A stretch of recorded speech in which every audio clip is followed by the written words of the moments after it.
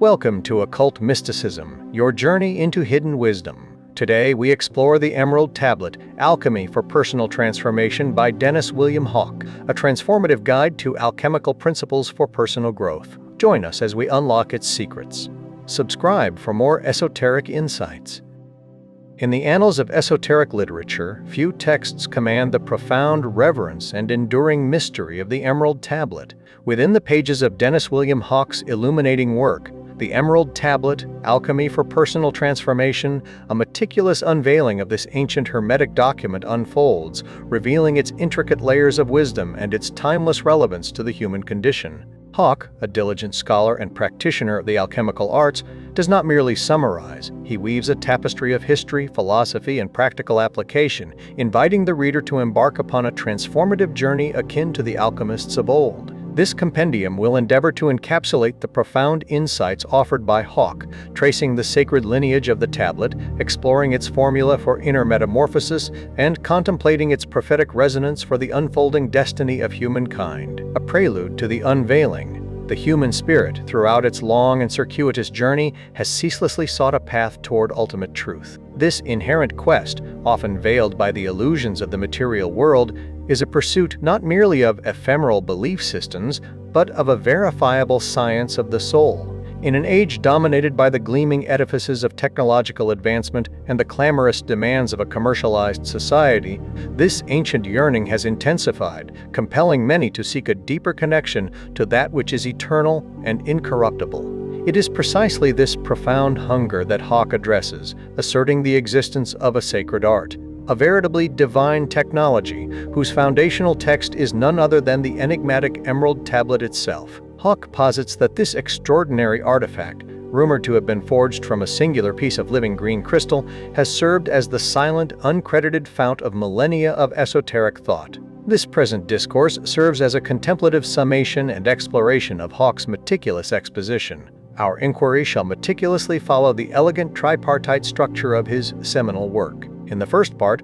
we shall endeavor to comprehend the divine legacy immanent within the tablet, diligently tracing its convoluted history and encountering the luminous souls who, across the ages, served as its custodians. In the second part, our focus will shift toward Hauck's pragmatic application of the tablet's transformative formula, a veritable alchemical roadmap for the soul's ascent. Let us therefore approach this summary with the profound reverence that Hauck himself extends to his subject, for, as his work so eloquently demonstrates, the words inscribed upon the Emerald Tablet represent a living key, capable of unlocking the boundless divine potential dormant within the innermost sanctuary of our being. Part the first, in which we seek to comprehend the divine legacy before the crucible of alchemical transformation can be subjected to the necessary heat, its contents must first be comprehended with utmost clarity. It is with this foundational principle in mind that William Hauck dedicates the initial portion of his treatise to establishing a robust understanding of the Emerald Tablet. He rightly insists that prior to any practical application of its sacred formula, one must first profoundly appreciate the immensity of its historical lineage, the gravitas of its intrinsic message, and the cosmic principles upon which its very foundation rests. Hauck thus escorts us on a captivating journey through the corridors of time, introducing us to the venerable souls who, as faithful custodians, preserved and transmitted this profound wisdom. Chapter 1. The Gift from the Gods.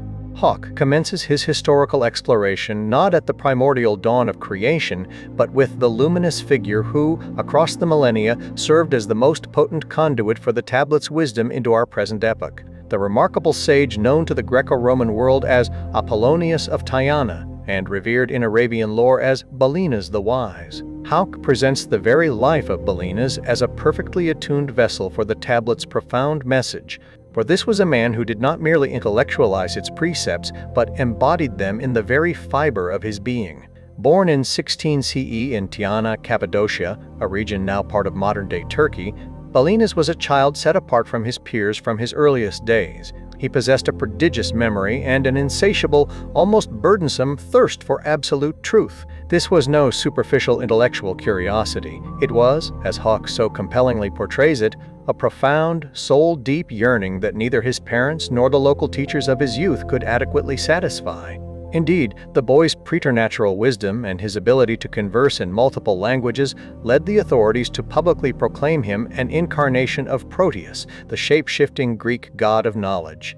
Feeling a deep sense of alienation from a world that seemingly could not comprehend his innate nature, the young Bolinas embarked upon a solitary quest for a true mentor. His determined search eventually led him to an ancient marble statue situated near the edge of Tyana, a monument dedicated to Hermes Trismegistus, revered as "he who is threefold in wisdom." A cryptic inscription upon a plaque halfway up the column issued a profound challenge. "Let him who would learn and know the secrets of creation and nature inquire beneath my feet." For years, this silent stone figure became his profound teacher. Bolinas would spend countless hours in its august presence, engaging in conversations not with inanimate marble, but with the eternal, transcendent principle it so perfectly represented. Hauck vividly recounts the dramatic story of the tablet's discovery. At the tender age of 16, Bolinas returned to the statue, now imbued with a profound certainty that he was finally prepared to receive its ultimate initiation. Kneeling before it just before sunrise, he grasped the literal meaning of the inscription that had so long mystified him. He began to dig feverishly beneath the massive stone block at the column's base, and by noon he had uncovered the entrance to a subterranean chamber. His initial attempt to enter was thwarted by fierce, chaotic winds that arose from nowhere, extinguishing his torch. It was only after receiving divine guidance in a dream from a luminous figure who identified himself as "your own being, perfect and subtle," that Bolinas learned to protect his flame within a glass vessel. Armed with this newfound understanding, he re-entered the cavern, guided by the steady light of his lantern, toward a magnificent otherworldly scene deep within the rocky expanse. There, seated majestically upon a golden throne, rested the mummified corpse of Hermes himself, clutching tightly in his stiff fingers, a green-colored tablet that glowed eerily in the dim light. This was the Emerald Tablet. At the dead man's feet lay a pile of 4 books written by Hermes, the 4th of which elaborated on the meaning of the tablet and revealed the hidden relationship between man and the universe. As Bolinas later wrote, this 4th book was the noblest of all and contains powerful and terrible signs that teach the first elements of the visible things created by God. As Hauck explains, this extraordinary discovery served as the singular, most potent catalyst in the boy's life, utterly transforming him. The truths revealed by the tablet transmuted him into a great sage and renowned healer. He subsequently took a 5-year vow of silence, a profound act to demonstrate that the highest truths are understood beyond the confines of mere words. He renounced the consumption of meat and the ritual sacrificing of animals, refusing even to wear animal products, choosing instead to wear only linen garments and shoes made of tree bark. His fame as a healer grew exponentially, emanating not from spells or sorcery, but from the purifying power of his very presence, which seemed to harmonize the souls of the afflicted and even quell riots. Thereafter, he commenced his great travels, journeying widely throughout Greece, Persia, and Egypt, and even to North Africa, Spain, Europe, and India. His mission was not to preach a new religion, but to restore the universal Hermetic truth, the existence of a supreme force called the One Thing and its expression, guided by the One Mind, which he perceived as the profound core of all valid spiritual paths. He counseled emperors, fearlessly maligned tyrants like Nero and Domitian, and, according to the legends Hauck meticulously recounts, performed miracles such as projecting his consciousness to be in 2 places at once. Hauck concludes this chapter with the enduring mystery surrounding the sage's death. His devoted followers insisted that his physical body never truly died, but rather rose to heaven, leaving no trace of a corpse. This, the alchemists of later centuries believed, signified the triumphant culmination of the great work, the complete and perfect transmutation of his being into the legendary philosopher's stone, the ultimate merging of mind and matter. The life of Bolinas, as presented by Hauck, thus stands as the archetypal narrative of the seeker who, encountering the sacred text, is profoundly transformed by its truths and subsequently becomes its living, breathing embodiment in the material world. Chapter 2, Our Divine Legacy, in the 2nd chapter, Hauck masterfully expands the historical context of the Emerald Tablet, demonstrating with compelling evidence that its legacy extends far beyond the singular life of Bolinas. He meticulously traces its lineage deeper into the profound depths of antiquity, unveiling a 3-fold pattern of divine revelation embodied by 3 distinct, yet intrinsically united, figures of Hermes Trismegistus. The author first transports us back 3 centuries prior to the era of Balinas, to the epoch of Alexander the Great. After his conquest of Syria and subsequent entry into Egypt in 332 BCE, the young Macedonian king, driven by a conviction of his own divine destiny, sought out the original tomb of Hermes. Before entering the crypt, Alexander consulted the renowned oracle of Siwa, seeking divine favor for his momentous decision, and was declared a son of Zeus. Empowered by this pronouncement, Alexander entered Hermes' tomb, discovering a wealth of treasures, paramount among which was the gleaming emerald tablet. Hauck explains that Alexander subsequently transported the tablet and its associated scrolls to Memphis and then to Heliopolis, where he placed the scrolls in sacred archives and put the emerald tablet on public display. He then initiated the construction of the city of Alexandria, intended to serve as a world center for the housing and study of these Hermetic texts. This pivotal act thus created an intellectual crucible where Egyptian, Greek, and Jewish wisdom could converge and intermingle, with the emerald tablet residing at its very heart. It was from Alexandria, Hauck posits, that translated copies of the tablet eventually made their way into Arabia and subsequently into Europe. Hauck then unveils the profound and central concept of the 3 incarnations of Hermes, a key interpretive lens through which to understand the continuous transmission of this divine wisdom across the vast expanse of time. The first Hermes, he elucidates, is the ancient Egyptian god Thoth. Thoth is presented as the primordial archetype, the ibis-headed deity revered as the god of wisdom, writing, and all hidden knowledge. He is not merely a god among a pantheon, but the very personification of the creative mind of God, the source of the Word, whose utterance manifests reality into being. Hauck notes that Thoth was the divine scribe who, according to ancient legends, preserved the sum of all knowledge by inscribing it upon 2 great pillars, thereby ensuring its survival through the catastrophic Great Flood. This first Hermes is also syncretized with other ancient figures of profound wisdom, such as the biblical Enoch and Seth, thereby representing the celestial, divinely inspired origin of the Hermetic teachings. The second Hermes, according to Hauck's insightful esoteric exploration, was a terrestrial king who consciously endeavored to ground the divine wisdom within the very fabric of a civilization. Hauck identifies this revolutionary figure with the enigmatic Egyptian pharaoh Akhenaten. Ruling from 1364 to 1347 BCE, Akhenaten boldly overthrew the traditional Egyptian pantheon, establishing in its stead the world's first known monotheistic religion, the exclusive worship of the Aten, the physical disk of the sun. Akhenaten perceived the Aten as the visible and tangible manifestation of the one thing. His entire reign, as Hauck meticulously details, was dedicated to the radical principle of living in truth, ma'at, a concept Hauck presents as purely Hermetic in its essence. The author further speculates that Akhenaten may have rediscovered the emerald tablet itself and suggests that his close association with Moses might represent a hidden, profound channel through which Hermetic principles subsequently influenced the Abrahamic faiths. This second Hermes thus embodies the grand attempt to construct a sacred society founded upon cosmic law and divine truth. The third Hermes is identified as Balinas or Apollonius of Tyana. He is presented as the perfected human adept, the individual who rediscovers the ancient wisdom not as a god or a king, but as a solitary seeker, driven by an inner compulsion for truth. He internalizes the tablet's profound truths, achieves his own profound personal transformation, and then, with tireless dedication, disseminates this sacred path to others, becoming a living, walking example of the great work brought to its fruition. Through this elegant and deeply researched historical framework, Hauck compellingly demonstrates that the very history of the Emerald Tablet mirrors the alchemical process itself.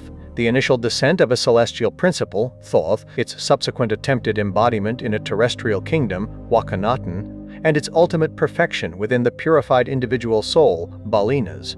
This divine legacy, as the author so persuasively argues, has flowed like a secret subterranean river beneath the surface of Western history, nurturing the deepest roots of its most profound spiritual traditions. Chapter 3. A conversation with Hermes. Having meticulously established the intricate historical and mythological context of the Emerald Tablet, Hauck now skillfully transitions from the realm of academic inquiry to the more profound dimension of direct, inner experience. He posits that, to genuinely grasp a philosophy as profound as Hermeticism, Intellectual study must be unequivocally complemented by a direct, experiential encounter with its intrinsic truths. To this end, he introduces the powerful technique of active imagination, not as a mere whimsical fantasy, but as a disciplined and sacred art for communing with the archetypal intelligences of the cosmos, a valid Hermetic practice in its own right.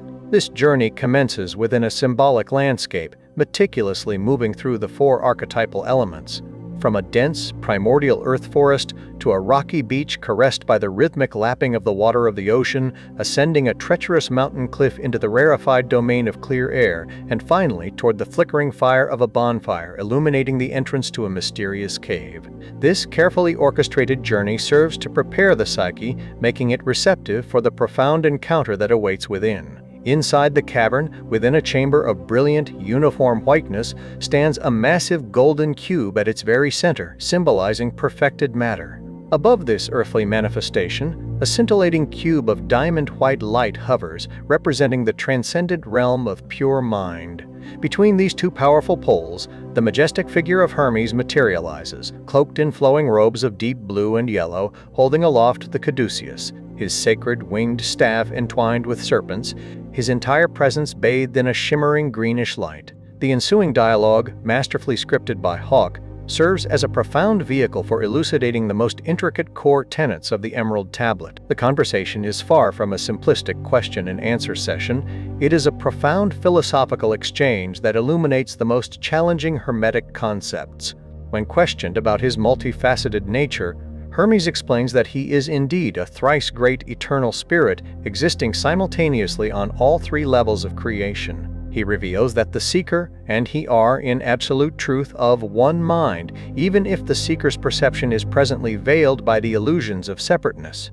He dismisses the common notion of himself as a mere trickster, clarifying that his tricks are, in fact, divinely orchestrated deceits designed solely to awaken those who stubbornly hide from the pervasive light of truth. The conversation then gracefully shifts to the ineffable nature of God. Hermes reveals that the named gods and deities of human religions are but transient facets of the singular one mind, and that to truly apprehend God, one must transcend names and conceptual limitations, entering into the boundless, ineffable presence of the divine itself.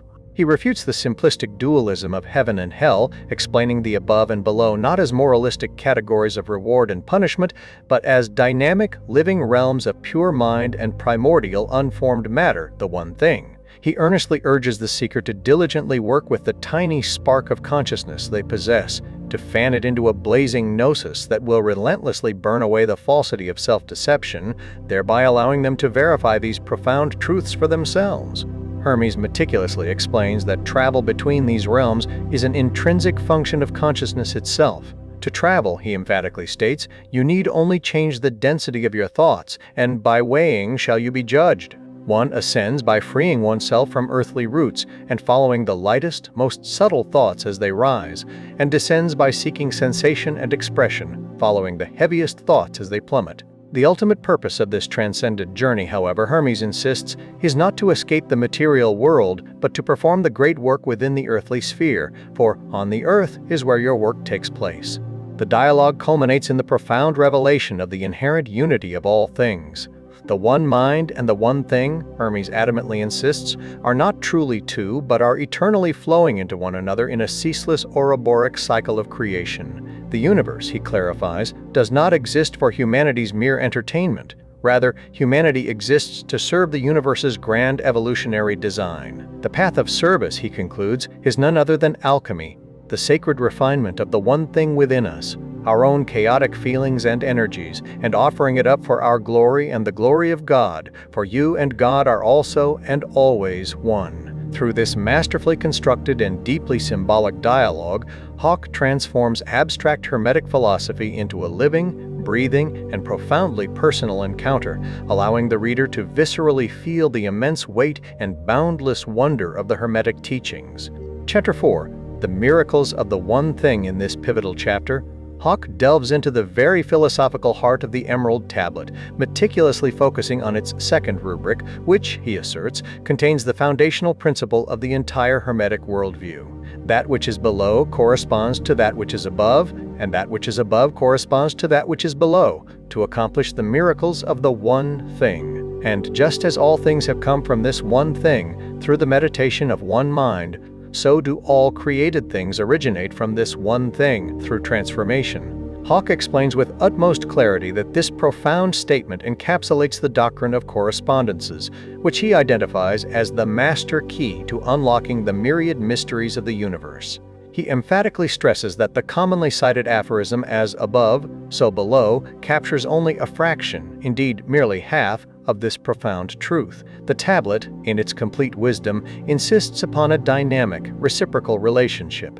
The macrocosm is inextricably reflected in the microcosm, and, conversely, the microcosm, through its conscious action, influences the macrocosm. This is not a static, rigidly hierarchical system, but rather a living holographic reality where every part, no matter how seemingly small, contains the inherent pattern of the whole. The universe, Hauck elucidates, is to be understood as a single, unified, living organism interconnected by an invisible cosmic axis. The human being, in this Hermetic view, stands precisely at the center of this axis, inherently capable of mediating and influencing the potent powers of both the above and the below. The miracles, alluded to in the rubric, Hauck thoughtfully clarifies, are not to be misconstrued as supernatural or improbable events. Instead, they are the entirely natural and predictable results of working in profound harmony with the hidden, yet accessible, laws of the universe.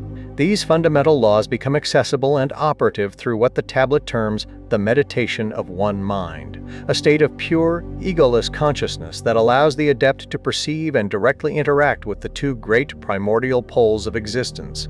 Hauck provides a vivid and compelling description of these two poles, drawing extensively from the visionary accounts of mystics, most notably Hermes himself, as recorded in the ancient text known as the Divine Pimander. The above is presented as the transcendent realm of the one mind, a world characterized by brilliant, formless light, recognized as the fount of all archetypes and the very seat of divine intelligence.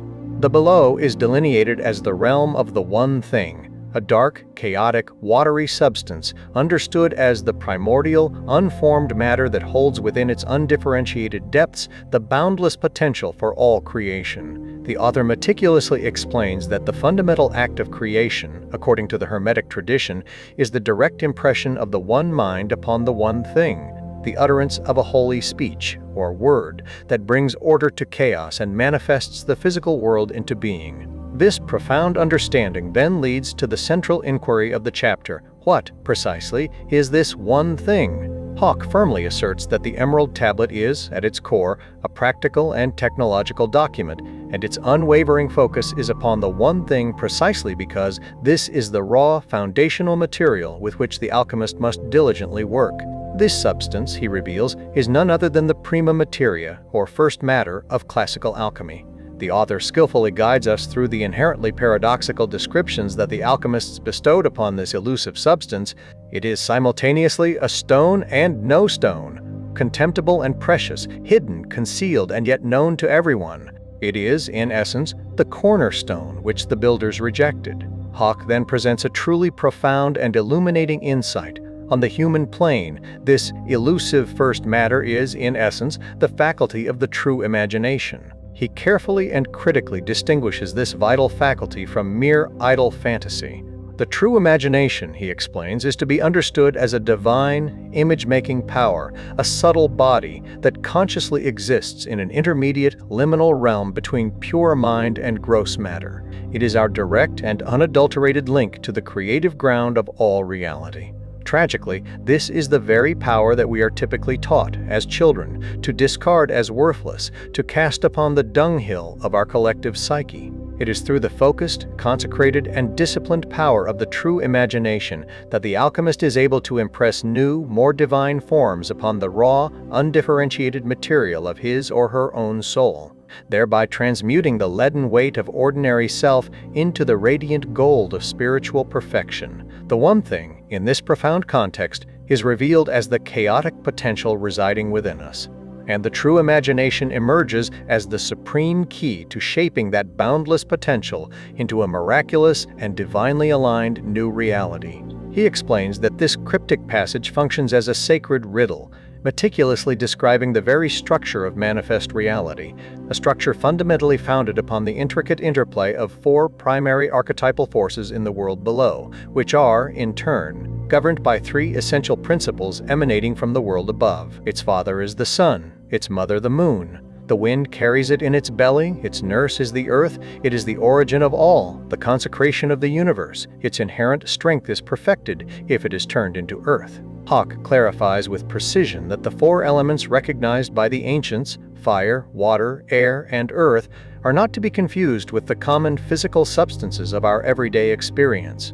Rather, they are understood as profound archetypal forces, representing the four fundamental qualities that the one mind imprints upon the one thing to bring forth the created world. These elements are also, crucially, the varied building blocks of the human psyche itself. Fire, whose father is the sun, is revealed as the active, masculine principle of spirit. It corresponds to the thinking function and embodies the divine will. Its corresponding alchemical operation is calcination, the purifying trial by intense flame that relentlessly burns away the false dross of the ego and its attachments. Water, whose mother is the moon, is presented as the receptive, feminine principle of the soul. It corresponds to the feeling function and represents the deep, often hidden currents of the unconscious. Its operation is dissolution, the breakdown of rigid psychic structures through a metaphorical baptism in these inner waters. Air, metaphorically described as the wind that carries the divine child in its belly, is the mediating, spiritizing principle. It corresponds to intuition and the rising power of pure consciousness. Its operation is separation, the discerning act of isolating the true and worthy essences of the self from the worthless debris and impurities of the past. Earth, which acts as the nurse to the newborn essence, is the fundamental principle of grounding and solidification. It corresponds to the sensation function and represents our intrinsic connection to the physical body. Its operation is conjunction, the sacred marriage of the purified opposites, spirit and soul, which brings forth a new, integrated, and harmonious state of being, the lesser stone. These four operations, which collectively constitute the transformative work performed in the realm of the below, are, according to Hauck, governed by a higher celestial trinity. Hauck introduces these three essential principles as they were understood by the alchemists, meticulously assigning them names drawn from the chemical realm to represent their archetypal characteristics. Sulfur corresponds to the celestial fire, representing the pure, untrammeled will of the one mind. It is the fiery, active, masculine driving passion of the soul. Mercury corresponds to the celestial water and air, representing the fluid, androgynous principle of consciousness itself. It is the living, mediating medium of the true imagination, capable of participating in all states of matter. Salt corresponds to the celestial earth, representing the principle of purified form and permanence. The great work of alchemy, as Hauck so clearly and eloquently lays out, is revealed as the grand seven-stepped process of first meticulously purifying the four terrestrial elements within the human being, and then, through a higher infusion, vitalizing and transforming them with the inherent power of these three celestial essentials. Chapter 7, 8, and 9. The pattern of the great work in the concluding chapters of this seminal first part, Hauck masterfully synthesizes the preceding concepts, demonstrating how the remaining rubrics of the Emerald Tablet describe the overarching pattern of the great work and illuminate the profound nature of its ultimate achievement. The legendary philosopher's stone. He commences with the pyramid rubric, which is the fourth rubric of the tablet, and describes the soul's transcendent journey. It rises from earth to heaven and descends again to earth, thereby combining within itself the powers of both the above and the below. This passage, Hauck meticulously explains, details the operations of the greater mysteries, the profound work that takes place in the transpersonal realm of consciousness.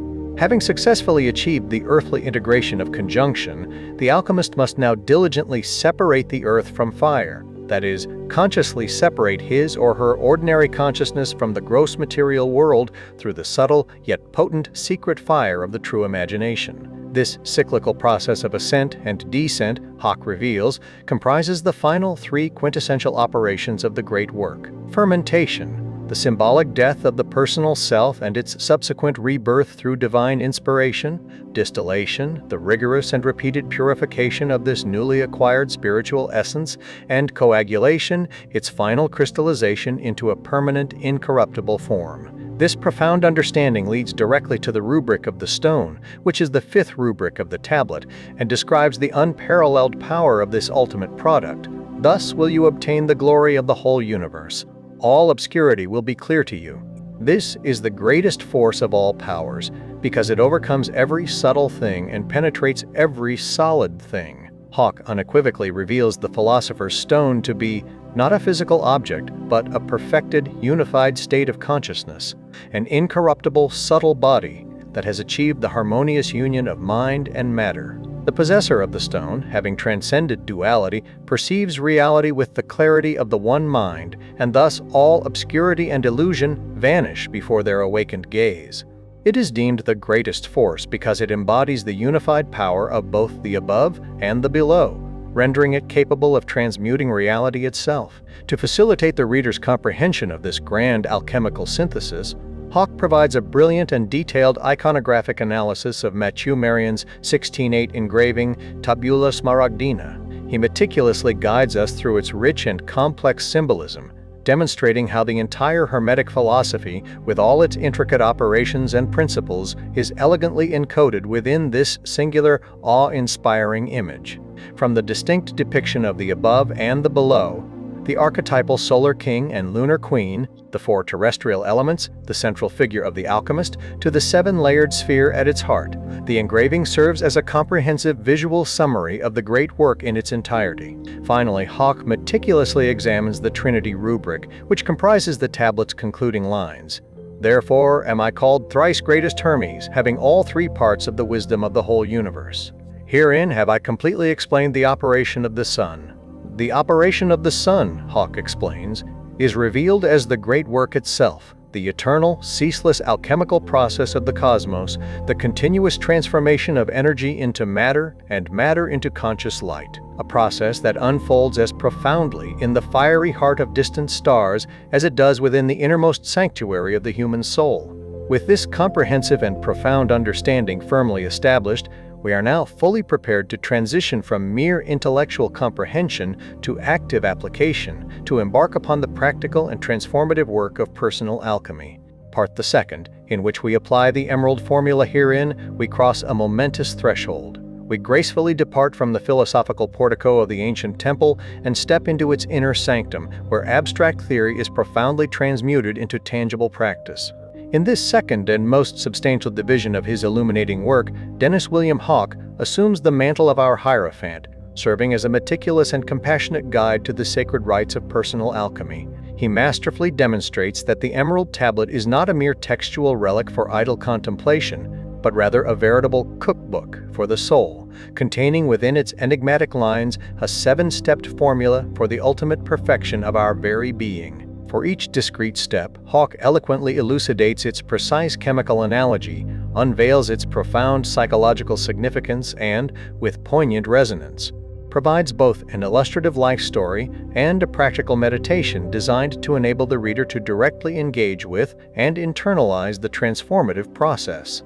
Chapter 10. The 7 Steps to Transformation. As our indispensable map for this intricate inner journey, Hauck presents the magnificent and ancient alchemical mandala known as the Azoth of the philosophers. He explains that the very word Azoth is itself a profound name for the one thing, encompassing both the primordial beginning and the ultimate culmination of the work. The mandala visually depicts the 7 sequential operations as segments of a great revolving wheel, at the very center of which resides the contemplative face of the alchemist, a direct representation of the seeker. Around this central point, the entire drama of inner transformation unfolds, from the symbolic marriage of the archetypal solar king and the lunar queen to the embodiment of the 4 elements and the 3 essential alchemical principles.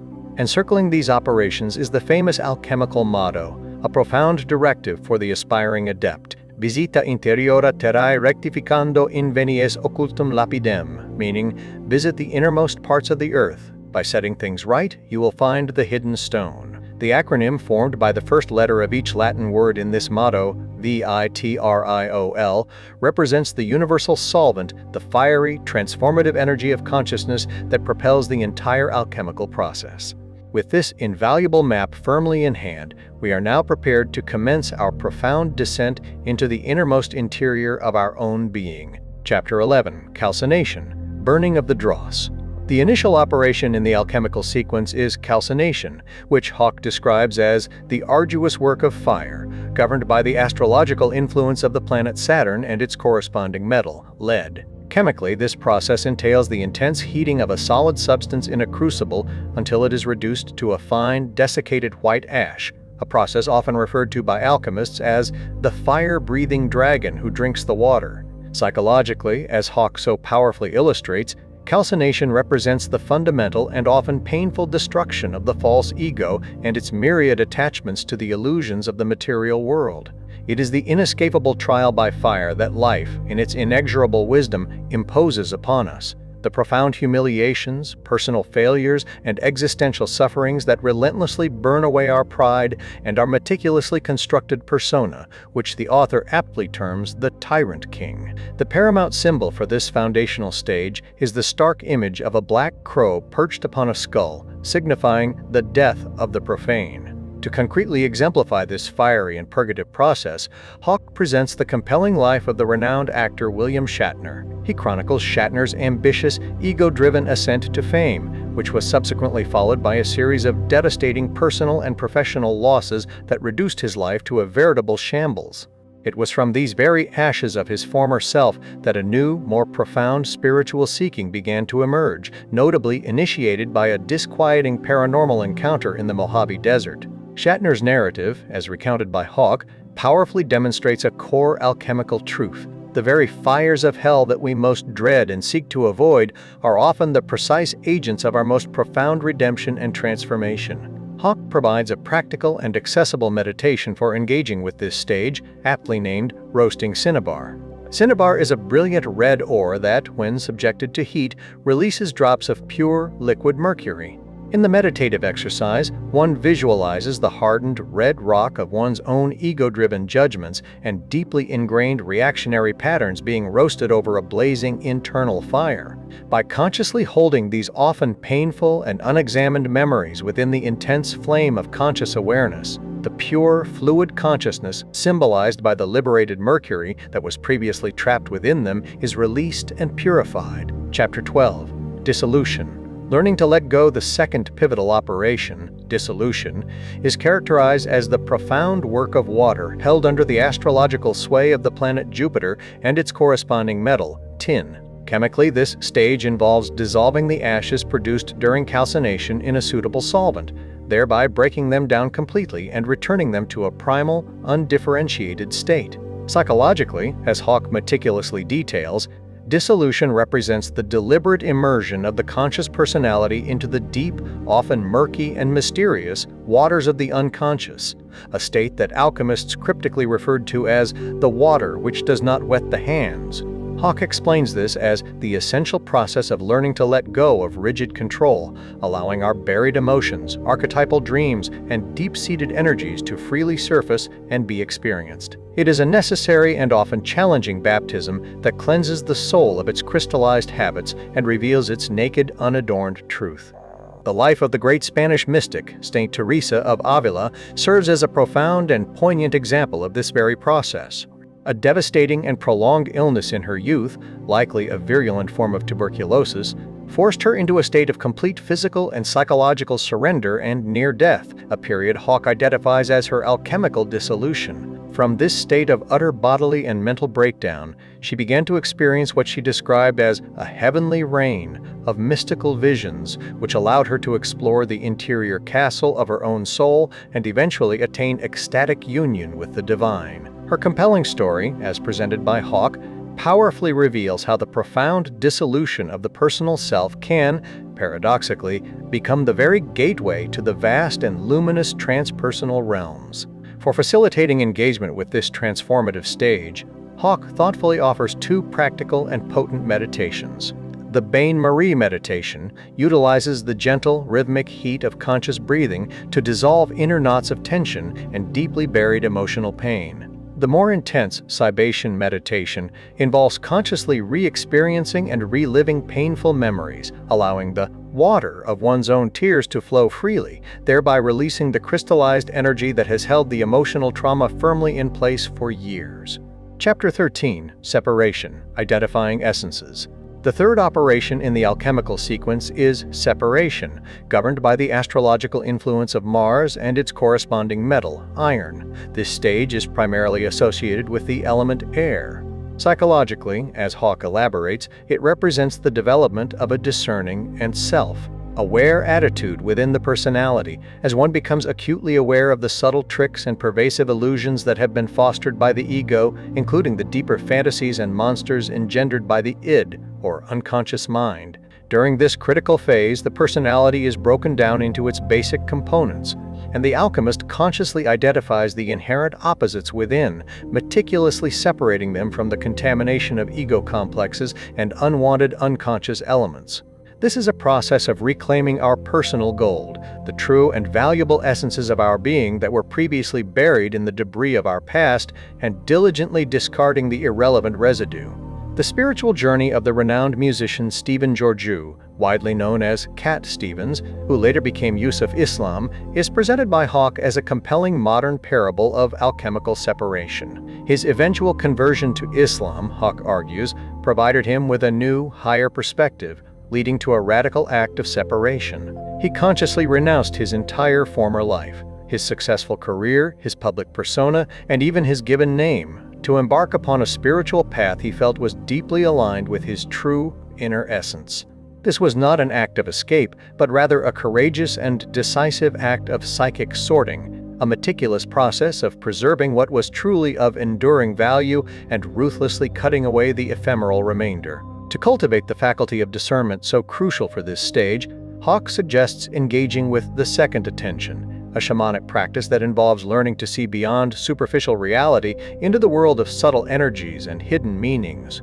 He also introduces alchemistic aeration, a powerful breathing exercise meticulously designed to make one consciously aware of the prana, or life force, and to utilize the breath as a means to separate one's awareness from the ceaseless chatter and compulsive thoughts of the ego mind. Chapter 14. Conjunction, Creating the Overself. The fourth operation, conjunction, stands as the great turning point in the alchemical work, marking the transition from dissolution and purification to integration and new creation. It is astrologically ruled by the Sun and its earthly counterpart, Venus, and their respective metals, gold and copper. This operation is fundamentally associated with the element Earth, representing the crucial grounding of spiritual insights into a new, stable form. Here, the purified masculine spirit and feminine soul essences, having undergone the preceding stages of refinement, are reunited in a sacred marriage, known in Hermetic tradition as the hieros gamos.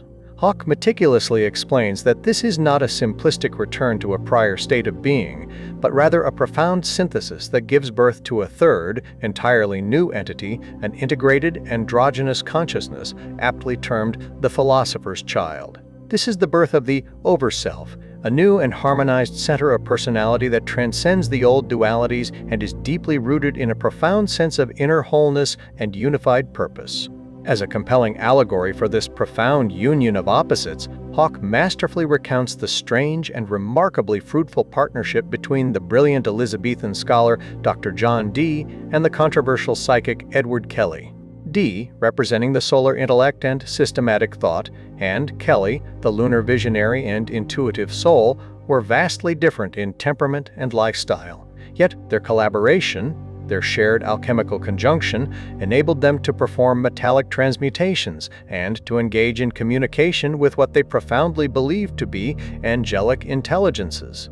Their extraordinary story powerfully illustrates how the deliberate union of rational spirit and intuitive soul can indeed produce miraculous results that neither individual could possibly achieve alone. A practical and deeply engaging method for achieving inner conjunction, as presented by Hauck, is the Earth Alchemy meditation. By immersing oneself in nature and consciously meditating on the four cardinal directions as symbolic manifestations of the four elements, earth, air, fire, water, one actively harmonizes these forces within the self, thereby becoming the sacred center where they converge and unite. Hauck also sensitively explores the principles of sacred sexuality, as found in ancient tantric traditions. conditions where the physical and spiritual union of partners becomes a consecrated vessel for the profound alchemical conjunction of the great cosmic opposites. Chapter 15. Fermentation, Fire in the Soul. The fifth operation, fermentation, initiates the profound journey into the greater mysteries, marking the transition into the transpersonal phase of the work. This stage is governed by the planet and metal Mercury, and is characterized as a complex process of death and subsequent resurrection. It commences with the often challenging phase of putrefaction, metaphorically described as the dark night of the soul, during which the beautiful child born of the preceding conjunction must undergo a symbolic death and decomposition. This is a necessary stage of profound surrender, a deliberate dissolution of the newly formed personal self to create receptive space for the influx of a truly divine, transpersonal spirit. Hauck explains that the unequivocal sign of this divine influx is the spectacular appearance of the peacock's tail, a glorious iridescent display of colors that signifies the activation of the secret fire, the sacred fire of the true imagination, now kindled and animated by a higher divine source. This is a state of living inspiration, of profound mystical gnosis, where the soul is quickened and vivified by the direct influence of the one mind. The life of the German mystic Jacob Boehme is Hauck's chosen exemplar of a soul profoundly consumed by this divine fermentation. A humble cobbler by trade, Boehme nevertheless experienced spontaneous visions of overwhelming power and clarity, in which he intuitively perceived the archetypal signatures within all of creation. He understood instinctively that the true alchemical vessel was not a laboratory retort, but the human soul itself. His life became a continuous process of receiving and meticulously transcribing these divine revelations, a testament to a consciousness completely animated and transformed by the ferment of the spirit. For engaging with this transformative stage, Hauck emphasizes the conscious cultivation of the true imagination, which, he suggests, can be initiated through practices such as the fermenting fast, to deliberately break one's attachment to the mundane world. The core practice here is deep, receptive meditation, wherein one consciously allows meaningful images to spontaneously arise from a source beyond the personal ego, thereby entering into a profound and creative dialogue with the living intelligence of the cosmos itself. Chapter 16. Distillation, Consecration of the Stone. The sixth operation, distillation, is governed by the astrological influence of the moon and its corresponding metal, silver.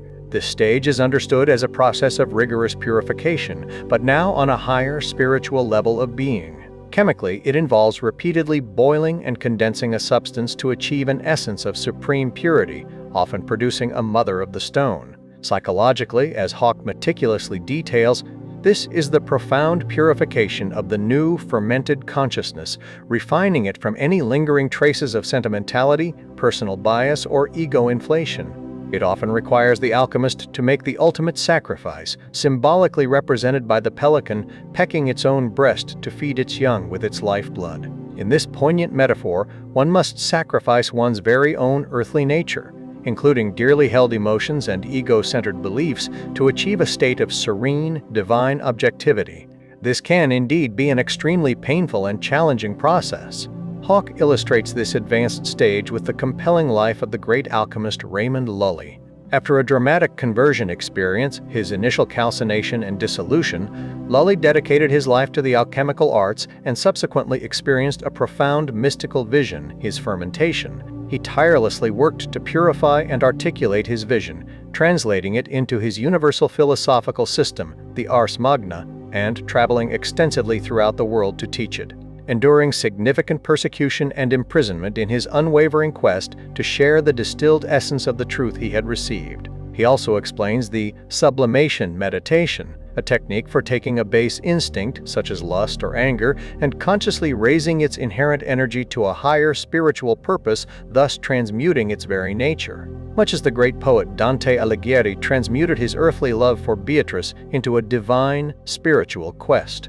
Chapter 17. Coagulation, the ultima materia of the soul. The seventh and culminating operation, coagulation, marks the grand consummation of the entire alchemical opus, fulfilling the foundational emerald formula of solve et coagula, dissolve and coagulate. Here, the spiritual essence, having been supremely purified and distilled, is finally crystallized into a permanent, incorruptible form. In this profound stage, the spiritual is made corporeal, and the corporeal is simultaneously made spiritual. Hauck unequivocally reveals this to be the creation of the philosopher's stone, the ultima materia of the soul. The stone is not to be understood as a mere physical object, but rather as a new, indestructible body of consciousness, the astral body or body of light that has achieved the perfect union of the above and the below.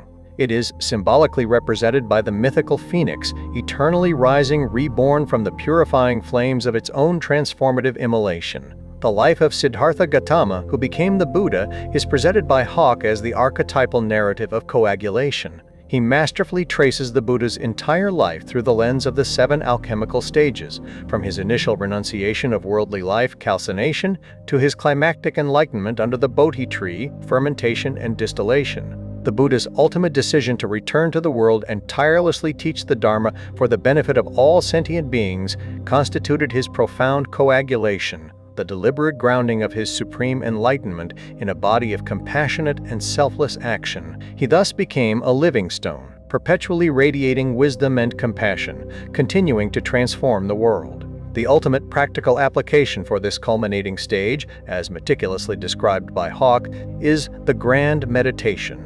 This is a comprehensive synthesis of all the preceding operations, a powerful technique for consciously creating and ultimately projecting this second body of light. It is a profound path to achieving the greater mysteries, a state of true at-one-ment with the mind of God. The work, having reached its glorious zenith, is now complete.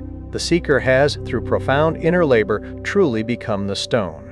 He compellingly argues that the timeless principles embedded within the Emerald Tablet are not to be regarded as mere historical artifacts or psychological curiosities. Rather, they hold the indispensable key to comprehending the profound spiritual crisis and boundless opportunity that define our contemporary era. The great work, Hauck asserts, is thus revealed not as a solitary, personal endeavor, but as an imperative of planetary, indeed cosmic, significance. Chapter 22, The Hermes Factor. Hauck commences this concluding section by meticulously exploring the very nature of Hermetic consciousness itself. This is the consciousness embodied by the god Hermes, a fluid, paradoxical, and multifaceted entity, a master of boundaries and transitions. From the transcendent perspective of the man-woman god Hermes, the myriad trials and tribulations of ordinary human existence ultimately possess little intrinsic meaning unless they actively contribute to our profound personal transformation, aligning us with his cosmic viewpoint. He is the psychopomp, who guides the soul through the transition of death, and the onychopomp, who presides over our dreams, always found at the crossroads and gateways between consciousness and unconsciousness, between the above and the below. Hauck compellingly argues that this Hermetic mode of consciousness, often suppressed in a modern world that prizes the linear, Apollonian intellect, has nevertheless returned with a profound and often bewildering force. Its manifestation is observed not through traditional institutions, but through the unexpected channels of the collective psyche, primarily in the form of paranormal phenomena. He interprets the exponential increase in UFO sightings, reported alien abductions, mysterious crop circles, and other anomalous events as a massive planetary eruption of what he terms the Hermes Factor.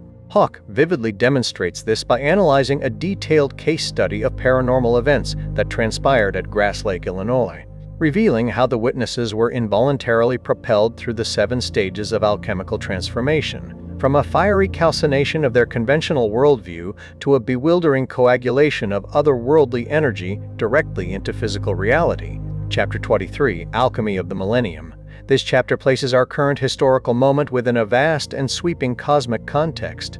Hauck recounts the pervasive history of the Hermes conspiracy, the systematic and often brutal suppression of the Hermetic tradition by orthodox religious and political powers throughout history. These authorities, he contends, have consistently feared the Hermetic tradition's central and most liberating message, that every individual possesses the inherent capacity for direct access to the divine, unmediated by external institutions.